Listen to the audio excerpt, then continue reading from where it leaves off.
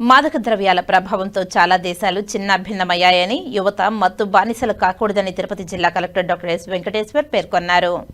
సోమవారం SV university ఆడిటోరియంలో దండి March 2.0 మాదక ద్రవ్య రహిత ఆంధ్రప్రదేశ్ మిషన్లో భాగంగా జిల్లా పోలీసు శాఖ ఈగల్ టీం సమన్వయంతో అవగాహన సదస్సు నిర్వహించి తిరుపతి నుంచి విశాఖపట్నం వరకు చేపట్టదలిచిన సైకిల్ యాత్రను జిల్లా కలెక్టర్, జిల్లా SP L Subbarayudu, JC R Govindarao, admin SP eagle సంస్థ నాగేష్ బాబుతో కలిసి జెండా ఊపి ప్రారంభించారు. ఈ అవగాహన సదస్సుకు వర్చువల్ విధానంలో ఈగల్ ఐజీ ఏకే రవికృష్ణ పాల్గొన్నారు. ఈ సందర్భంగా కలెక్టర్ మాట్లాడుతూ మన సమాజంపై మాదక ద్రవ్యాల ప్రభావం ఎక్కువగా ఉంటుందని తెలిపారు. మాదక ద్రవ్యాల ప్రభావంతో చాలా దేశాలు చిన్నాభిన్నం అయిపోయాయని తెలిపారు.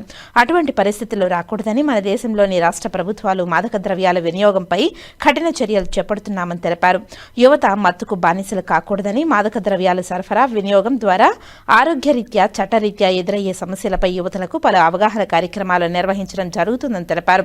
మన రాష్ట్రంలో దండకారణ్యాల పరిధిలో ఉన్న ప్రాంతంలో రాష్ట్ర ప్రభుత్వం చేపట్టిన చర్యల కారణంగా చాలా వరకు గంజాయి సాగు తగ్గిపోయిందని తెలిపారు. ప్రభుత్వం చాలా కఠినంగా ఉండి ఒక ఈగల్ టీంను ఏర్పాటు చేసి సీనియర్ ఐపీఎస్ అధికారుల ఆధ్వర్యంలో చర్యలు చేపట్టిందని తెలిపారు.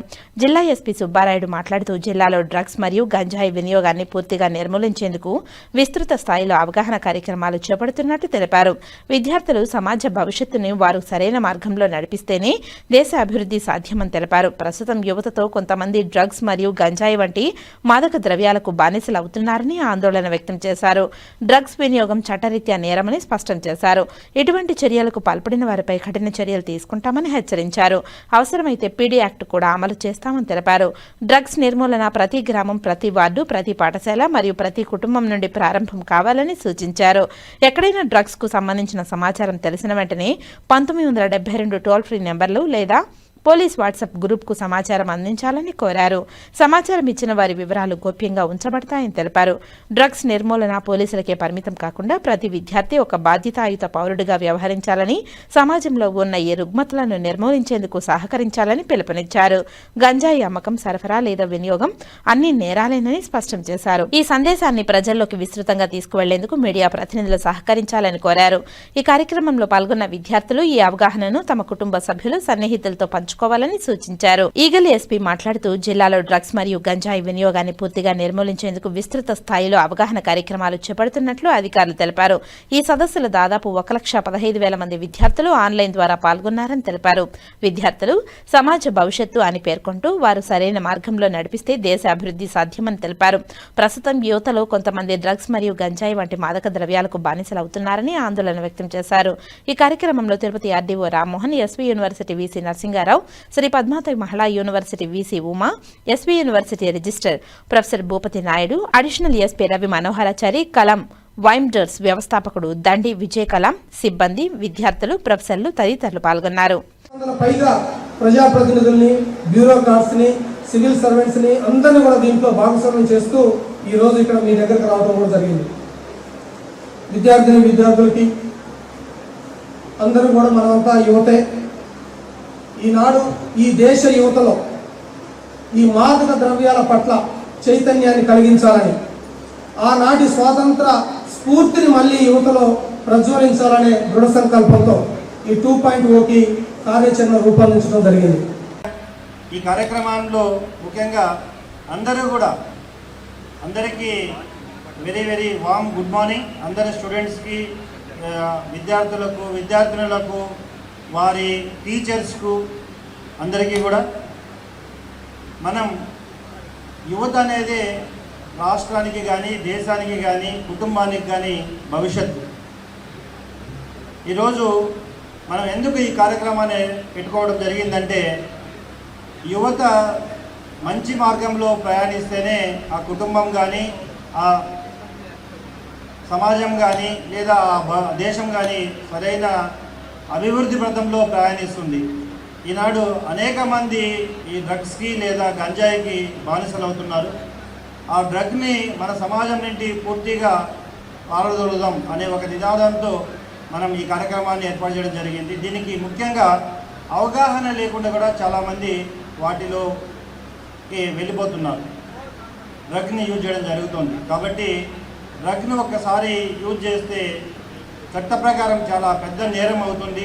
తరువాత వారి భవిష్యత్తు పూర్తిగా అంధకారంలోకి నెట్టబడుతుంది అని అందరికీ తెలియజేస్తూ అదేవిధంగా చట్ట ప్రకారం ఎవరైతే మరీ చెప్పిన ఇటువంటి కార్యక్రమాలుగా పాటుపడుతున్నారో వాళ్ళని పూర్తిగా నిర్మూలించడానికి చట్ట ప్రకారం కఠిన చర్యలు తీసుకోవడం, ఈవెన్ పీడీ యాక్ట్ లాంటివి కూడా పెట్టడం జరుగుతుంది.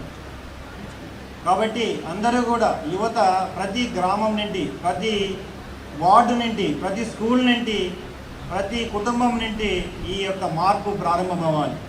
ఎక్కడైనా కానీ ఇటువంటి ఇన్ఫర్మేషన్ ఉన్నప్పుడు మీరు స్వతహాగా దాన్ని వ్యతిరేకించలేనప్పుడు 1972 టోల్ ఫ్రీ నెంబర్ కానీ తిరుపతి జిల్లా వాట్సాప్ గ్రూప్ కానీ ఇన్ఫర్మేషన్ ఇస్తే తప్పకుండా వాటిపై మీ సమాచారం ఇచ్చిన వారిని గోప్యంగా ఉంచి వారిపై తగిన చర్యలు తీసుకోవడం జరుగుతుంది.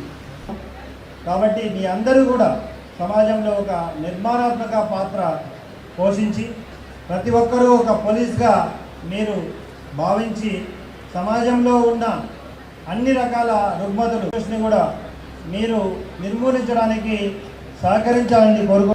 కాబట్టి మీ అందరూ కూడా వాటిని నిర్మూలించడానికి అందరూ కూడా మీ పాత్ర పోషిస్తారని మీడియా మరియు ఎలక్ట్రానిక్ అండ్ ప్రింట్ మీడియా సోదరులు కూడా ఇవన్నీ కూడా అందరికీ సమాజంలోకి తీసుకెళ్ళి ఒక నిర్మాణాత్మక పాత్ర పోషించి ఇటువంటి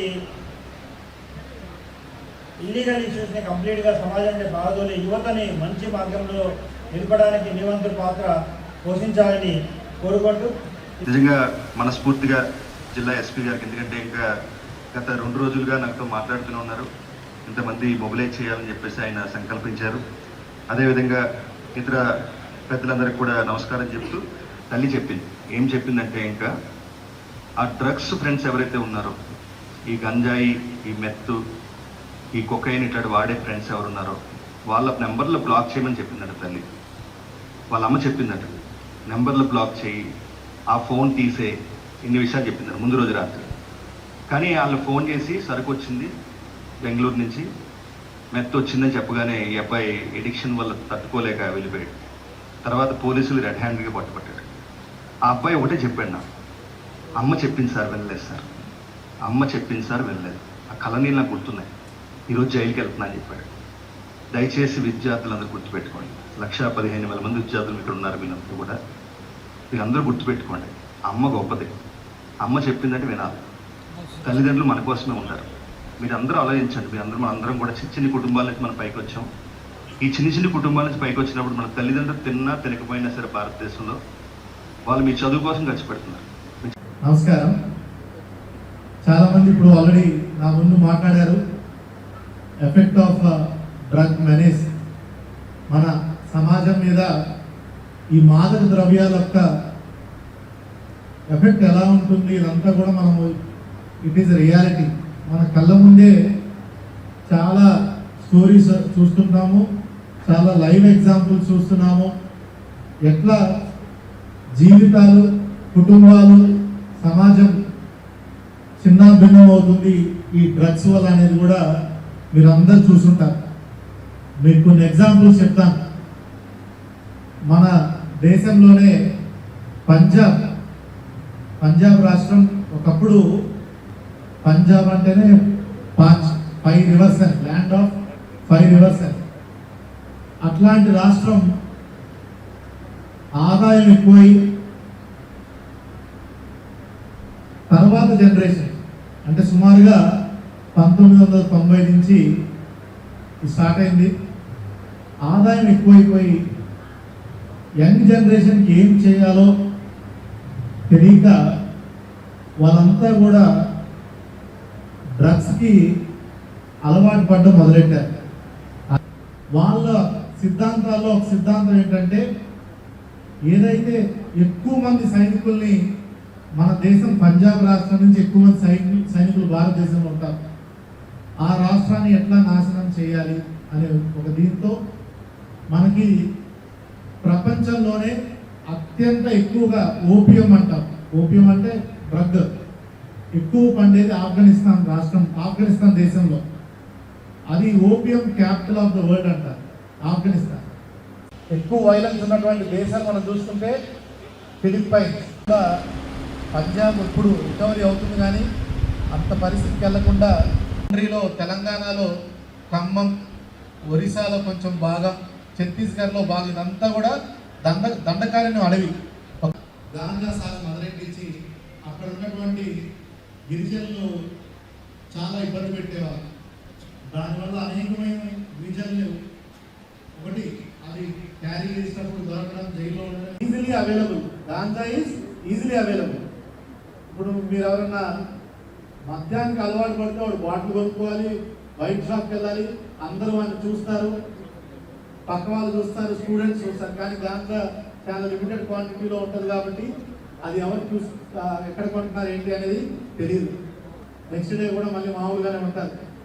ఈజీ, చీప్, చాలా తక్కువకే రకరకాలు దొరుకుతున్నాయి. అందువల్ల ఎక్కువ మంది స్టూడెంట్స్ అలవాటు పడుతున్నారు.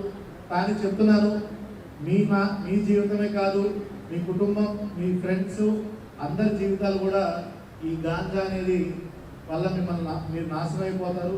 మంచి ఎగ్జాంపుల్స్ ఇప్పుడు రవికృష్ణ సార్ చెప్పారు. ఉద్యోగం చేయవలసిన వయసులో జైలుకి పోయారు. అట్లాంటి బతుకు మనకు అవసరం లేదు, కష్టపడాలి. కానీ ఈ గాంజా వల్ల ఏంటంటే ముఖ్యంగా దీనివల్ల ఏంటంటే ఇంకా నువ్వు పక్కన వాళ్ళతో కూడా మాట్లాడే పరిస్థితి ఉండదు, సూసైడల్ టెండెన్సీస్ ఎక్కువ వస్తాయి. సో చాలా ఎఫెక్ట్స్ ఉంటాయి. తర్వాత వైలెన్స్ మనం చూసుకుంటే క్లియర్ కట్ ఎగ్జాంపుల్స్. ఇంకా స్టూడెంట్స్ అందరు చెప్తున్నాను, ఒకవైపు కౌన్సిలింగ్ చేస్తాము, ఇలా మోటివేట్ చేస్తాము, సెషన్స్ పెడతాము, అన్నీ చేస్తాము. కానీ దొరికితే మాత్రం అంతే కఠినంగా ప్రభుత్వం వ్యవహరిస్తుంది. చాలా కఠినమైన సెక్షన్స్ ఉన్నాయి మనకి ఇప్పుడు కొత్త చట్టాల్లో. చాలా కఠిన కారాగార శిక్ష ఉంటుంది. సో దయచేసి దీన్ని లైట్గా తీసుకోవద్దు. ఇక్కడ ఎంతమంది కూర్చొని వీళ్ళు ఏదో చెప్తున్నారు, మేము చాలా విన్నాము, మేము చూసాము, మా ఫ్రెండ్స్ ఎంజాయ్ చేస్తున్నారు, నేను వాళ్ళతో వెళ్ళి ఎంజాయ్ చేస్తామంటే మీ జీవితమే బుగ్గిపాలైపోతుంది. సో అందుకని మీకు అర్థమయ్యే భాషలోనే చెప్తున్నాను.